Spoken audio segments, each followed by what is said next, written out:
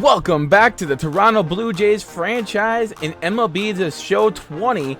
I am Sim with Vengeance, and this is the pregame show, and we're at the halfway point of the season.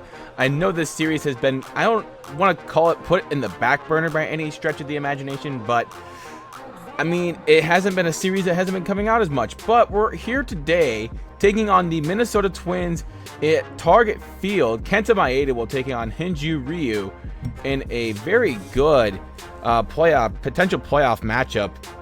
So we're going to take a look at some standings here as we're on top of the AL East by just a game over the Rays, 3.5 over the Red Sox. The Indians are just crushing the Central. The Twins are right behind them, though.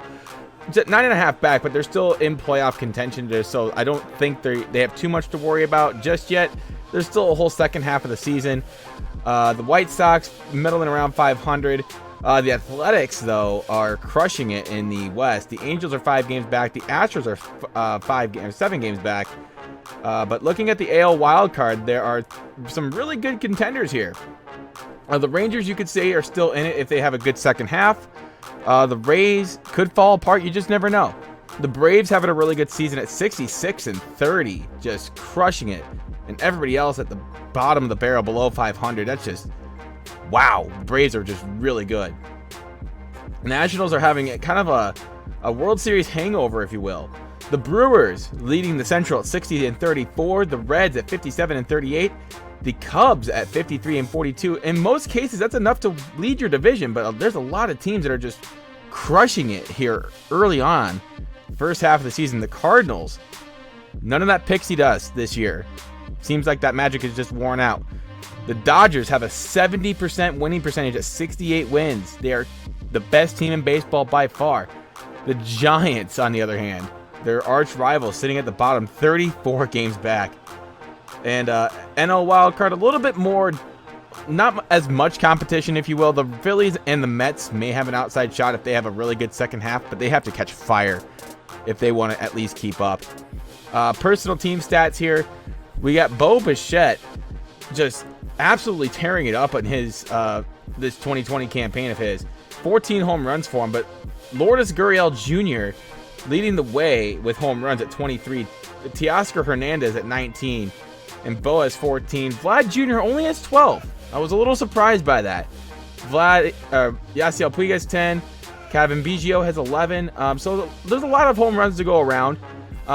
It looks like everybody's getting their fair share of chances at the plate. I like seeing that. Call up of Jonathan Davis in 12 at bats. He has done, I guess, enough. 5 hits in 12 at bats. I mean, that's not really the team's batting average leader, but Josh Bell will be coming back soon, guys. Don't worry about it. I know we traded him for him early on in the season. I felt like it was a good trade since we needed a good first baseman, and Josh Bell being on the Pirates, he wasn't really going to play for anything out there since that division's already stacked up as it is. So adding him, I felt like, was a really good win for us, and picking up Yasiel Puig was a good win for us. He has been a really good hitter out of that leadoff spot, so I look for him to keep him consistent here in the second half of the season. Pitching wise, though, it really depends on who you're talking about. Jamison Talion, RYU, all having really good seasons. Trent Thornton also having a pretty good season. Chase Anderson, I'm not really sold on him personally. The win losses don't really matter all that much to me. I know that it's not the most defining way to tell you if someone's being a good pitcher or not. So I don't really look at that. Ken Giles, on the other hand, 25 saves at near the halfway point with a 2.08 ERA, just absolutely tearing it up. Pat Neshek at 2.37. RYU at a 3.14 there. So he's not doing too bad.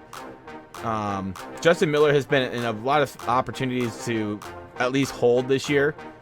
Like I said, Trent Thornton having a pretty good season as well at 7-3. Like I said, even though win losses isn't really that much of a big statistic for me, but he is having a pretty good season. He had some quality starts. One shutout so far for Matt Schumacher. Justin Miller has 3 blown saves, but Neshek has a lot of holds as well. So we're getting on with this game against the Minnesota Twins as we are at Target Field here, and like I said, this is one of the most beautiful parks in baseball, if I do say so myself. I know it's one of also the newer fields out there as well. But here in the first inning, Kenta Maeda serves up a fastball on the upper outside edge, and that one is taken yard by Yasiel Puig. His 11th of the season, and the Blue Jays have an early 1-0 lead as Kenta Maeda served up a beach ball right there. And that's a great way to start it off right there on the leadoff home run. That's what we kind of need, that spark out of the leadoff spot. But Hyun-Joo Ryu, man, did this man have it going on today. Ryu in the streets, striking out Byron Buxton to start off the game. And his command was there all game long. 2-2 count, another swing and a miss, and that's going to end the inning. Ryu, again here in the bottom of the second inning, facing off against Miguel Sano, and he strikes him out swinging on the upper outside edge. Another 2-2 count for Ryu. Swing and a miss again, as that is now strikeout number 4 in just an inning and 2/3. And Nelson Cruz at the plate. See ya. Curveball had him fooled. And that's going to strike out the side. Later on, bottom 3. Ryu again. Another nasty curveball. Swing and a miss. Hitters cannot believe it right now. They're just dumbfounded. Caught looking on a fastball. Max Kepler, not known for something like that, just to look at a fastball like that. But hey, sometimes it happens. Top 4 though. Vlad Jr. gets one up and deep. He gets that one elevated. And that's going to stay just fair. And that's going to leave the ballpark. Number 13 for Vlad Jr. And that's going to put that lead up to 2, as we're looking a little bit more. We want more out of that spot from Vladdy Jr., but now we have Reese McGuire at the plate with the bases loaded, and he's going to bring home Gurriel Jr., and that's going to make it 3-0. Later, next batter, it's Billy McKinney. It's the exact same spot. 2 plays in a row. Just went right back to the right fielder. 4-0. Next batter, it's Kevin Biggio off the pitcher, and everybody's safe. 5-0 off of an awkward play. Kenta Maeda getting beat up out there. Looks like he's done for his day. Relief coming in for the Twins as Yasiel Puig taking this one deep. And that one is going to end at the wall, but the run will score. So it is a sacrifice fly, 6-0 Jays. So a big inning here for the Blue Jays offense as Ryu goes back to work, striking out Miguel Sano. And man, oh man, he just has it on today. He just has it. You just have that look in your eyes, and swing and a miss again.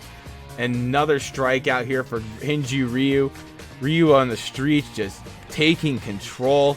Another swing and a miss from Gonzalez. Another K. I think that's 10 Ks now through 5 innings. Bottom 6. Another opportunity here for Byron Buxton, and he strikes out swinging again. And this is just ridiculous. Another opportunity here to get something for the Twins, and it ends up being a double play. So that's going to end their threat, as the mascot's not even enjoying this, man. Look at him. He's just devastated. I would be too. Holy cow. Another awkward play here. Lourdes Gurriel off the pitcher, but the out is made. So an awkward play for sure. Not something you see every day. A 1-5-3 scored. But later on, Bo Bichette with 2 on, and he's going to take this one to deep center. Slider was just fatter than a beach ball, and that's going to leave the yard for a 3-run homer. Bo's 15th of the season. You don't know Bo, do you? You don't know Bo. But it's now 9-0 Blue Jays, as this one's gotten out of hand. Sergio Romo just serves up a fat slider right over the middle of the plate. And Ryu back to work. Here we go. 2-2 count against Miguel Sano again. Changeup, just low, and got him.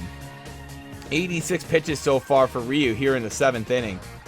1 away now. Swing and a miss on a curveball. Just disgusting action on that curveball. 1-2 count, looking up. Ryu, swing and a miss on a 4-seamer. Couldn't get up to it. And man, Ryu is just killing it right now. Bichette, take another one deep. Does this one have the distance? No, it does not. It's off the wall, 2 runs will score. It is 11-0 Jays. As man, oh man, this cannot get any worse here for the Minnesota Twins. A playoff contender matchup just gone totally awry. As, like I said, the Blue Jays are coming in hot, winning 9 of their last 10, and this just is icing on the cake as RYU strikes out another batter. Josh Donaldson, he's like, all right, man, all right, today's your day. Today's your day for sure. But the last out of the game right here, Kevin Biggio throws it on to Rowdy Tellez, and that is going to be your ball game. Blue Jays 11, Minnesota Twins nothing. RYU 9 innings complete game, 4 hits, shutout, 16 strikeouts on the day.